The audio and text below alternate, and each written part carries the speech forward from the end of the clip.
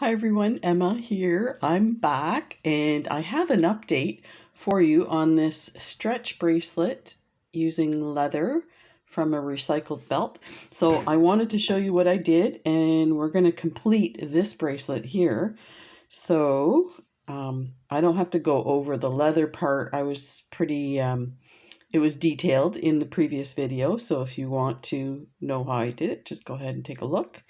But what I did was I felt like initially I had the stretch cord going through the leather, and it looked a bit messy and the knots were visible. So what I did was initially I had just the one spacer.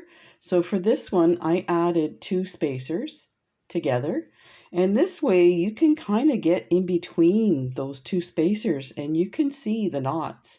So it's great because you can tie your knot through the middle of these two spacers and then just kind of close it up and pop it in. The other thing that I did was I added a closed jump ring, because in a previous video of doing stretch bracelets, it's really important to use a closed jump ring for stretch, because it does stretch and gets thin, and it sometimes comes through a open jump ring. So I put it on a closed jump ring, and if you see this one, I created it on these closed jump rings, and then I attached a open jump ring. So then it's hooked on. And what this does too is, if you want, you can actually interchange these pieces here by just changing your jump ring. So I redid this and it turned out gorgeous. I did get some great suggestions too, and I really appreciate it. One suggestion was about weaving the fire polish through the chips, which is a brilliant idea. And you could actually kind of weave the fire or the wood chips. I'm thinking of Fargo with the wood chipper. I have a funny story to tell you about that. But yeah, so you could weave it in. I just left it like this as it is, but I'm definitely going to be doing some more of these. So I'll have some different suggestions on how to create these, but these turned out amazing. So let's take a look at what I did for that. So we'll put that one aside. And I got a lot of comments about these. They call them jelly bean beads. I didn't even know that that's what they were called. I ordered these from, I have to think about this. It's a Canadian seller. That part I got right. I think I got these from Stella at DD Beads. So if you're interested, now I did buy all that she had, so I don't know if she's reordered them, but she does get some really cool stuff, and I just put it in one of these test tubes that I got, a way for me to display it so I can see what I have. So let's pour some out. And you don't need that many. I'm surprised at how, I'm just going to get enough of a variation here of these. I won't need that many, and that one's cracked, so we'll get rid of that one. So let's put that aside. And we have our leather. It's all ready to go. And I went and got a larger eye needle. And the other thing I noticed that was important was to take this and only have a little bit going through your beads, doubling it up. So now this part is this I guess would be up to you how you want to do this. I wanted to have the knot tie either in the middle or at the base. So what I did was I actually brought it through the one side like this, and just be careful not to poke your stretch cord. So I go through both. Let's move this so you can see. I go through both spacer beads here, and they're just loose spacer beads, and through the jump ring. Bring that through, then go down through these guys on the opposite side like that. And because we are going to go through the other side after we bead some stuff, we're going to pull a bunch through. And you can kind of eyeball it and measure, twice plus some. So that will probably do it like that. And then just start loading these guys on in whichever orientation. I try not to think about what I'm grabbing, but I do kind of want some variation. So I am trying to grab different ones. And then just, you see how easy these are to pull down. And just keep an eye on your tail so that it doesn't get loose. And let's just kind of mash these up a bit.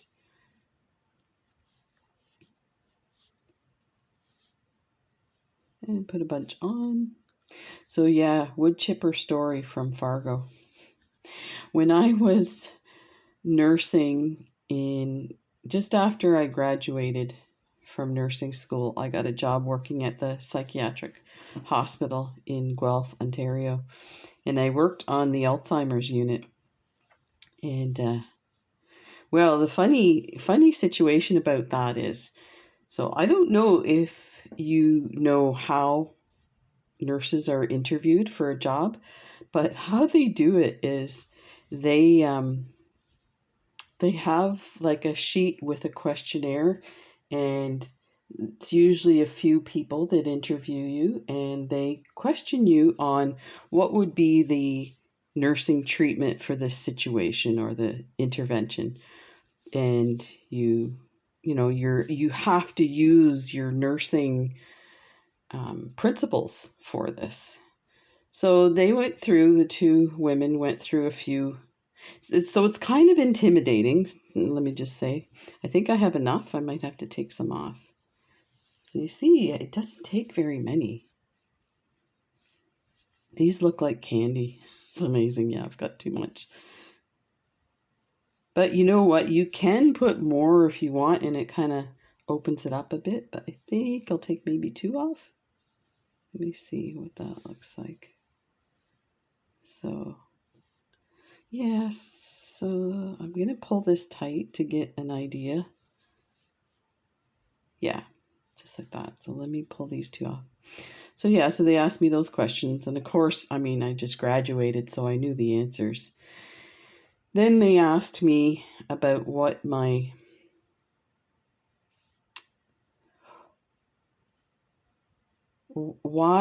I think I would be a good match for working with Alzheimer's patients.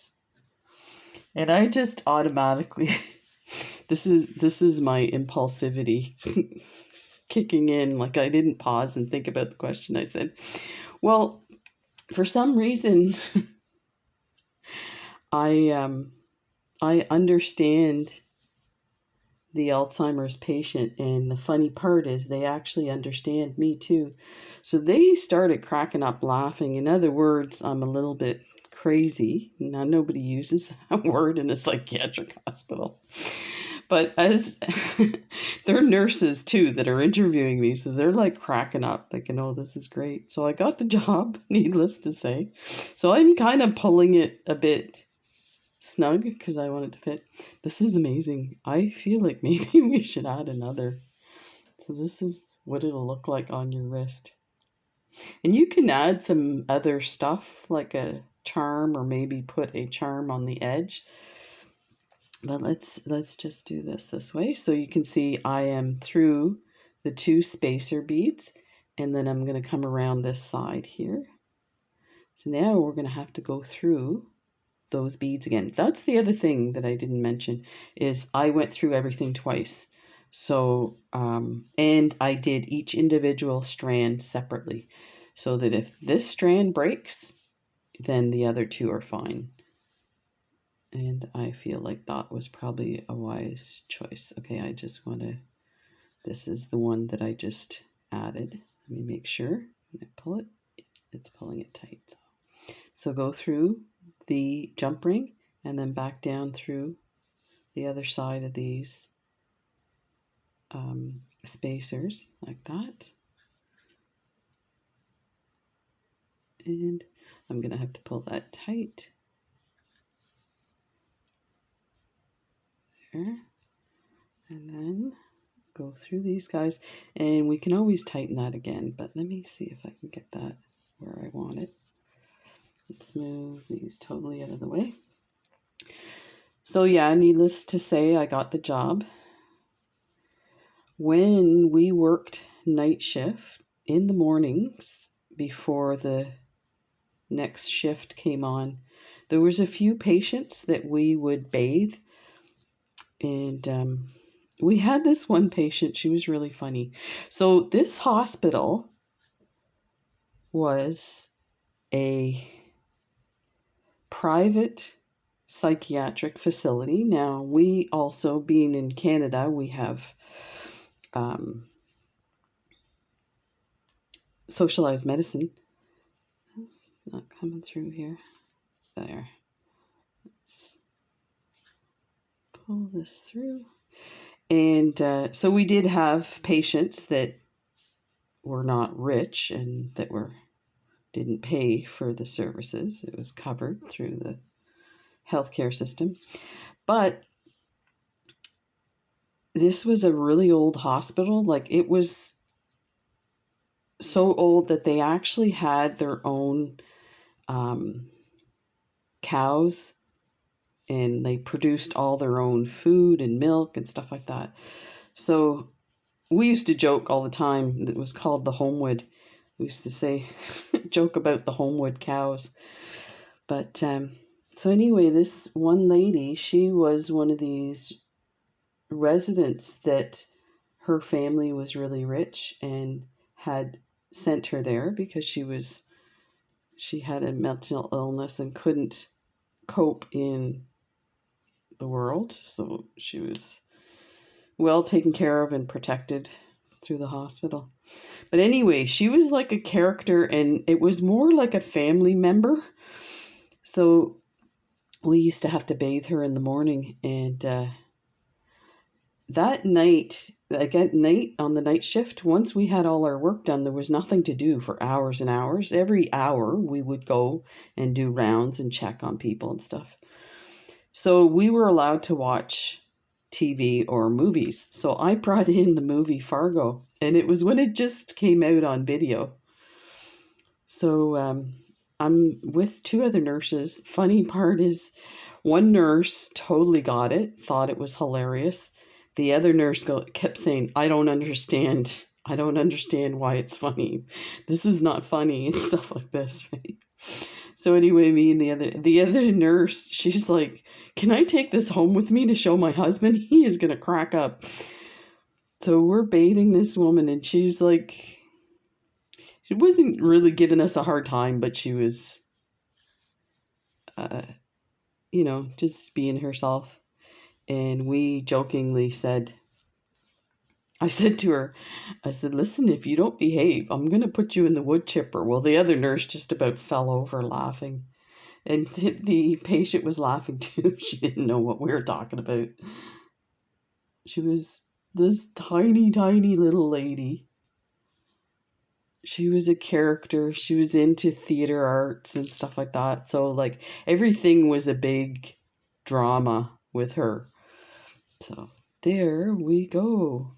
We would take her to other parts of the hospital. So we had a chapel that was a ecumenical chapel, or interfaith, and she would want to go to the service, but she wouldn't get dressed, so she'd wear a hospital gown. And she was in a wheelchair, but she could stand. At the part of the service where you stand, she would stand up. And like her backside was showing, and we're like rushing to put blankets on her and stuff, and the other patients are laughing. So I'm just making sure I've got this. I think I may have gone I maybe should have stayed on the other side and created the knot. Let me see if I can just go through the middle one, the middle of these two. Just use your nail to pop it open there. There, that should do it. Actually, this one has to go in the middle too.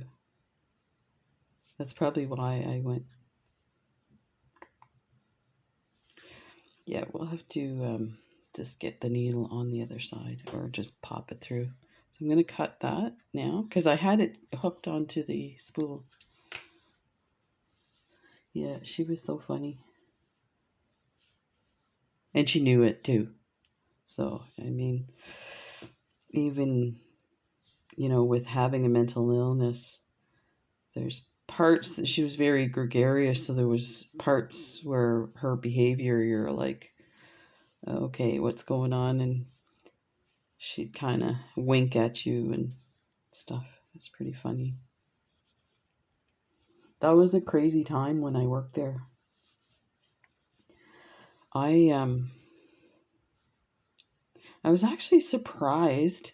Psychiatry was not my focus, but there was jobs available, so I applied and they hired me. I was like, oh, okay, I'll take it. My first job, so I did like a week of orientation. And again, like I said, this hospital was an old facility. Like it was stunning. The dining room, the cook would come to the table. It was all like china and, utensils and stuff with fresh flowers on the table and stuff. And the cook would come and ask you what you wanted, and they would cook it. So they did it for staff too, which was, who would ever, I'm looking for my tweezers so I can hold that. So I'm just going to hold it. If you can stretch your thing through and hang on to it, you can do it that way too. I think that's what I did for the last one. So that is done. But yeah, so for orientation, we were in another part of the hospital, another building, which was an old building with a big, huge fireplace and mantle and stuff like that. It was just incredible. And I mean, they served us incredible lunch. But anyway, I was there with my boss, and it's a funny thing. I don't know why she was at the orientation session. I don't know if they required the bosses to be there with new staff. But so this is ready to add on, and you can see, look, this is going to be amazing. And you can actually like flip this and turn it and pull it, and that way it gets all tangled. Let me see if we can get this one in. Like maybe that. I don't know if that did it. There's a way that you can twist these by just flipping stuff. There. Try that.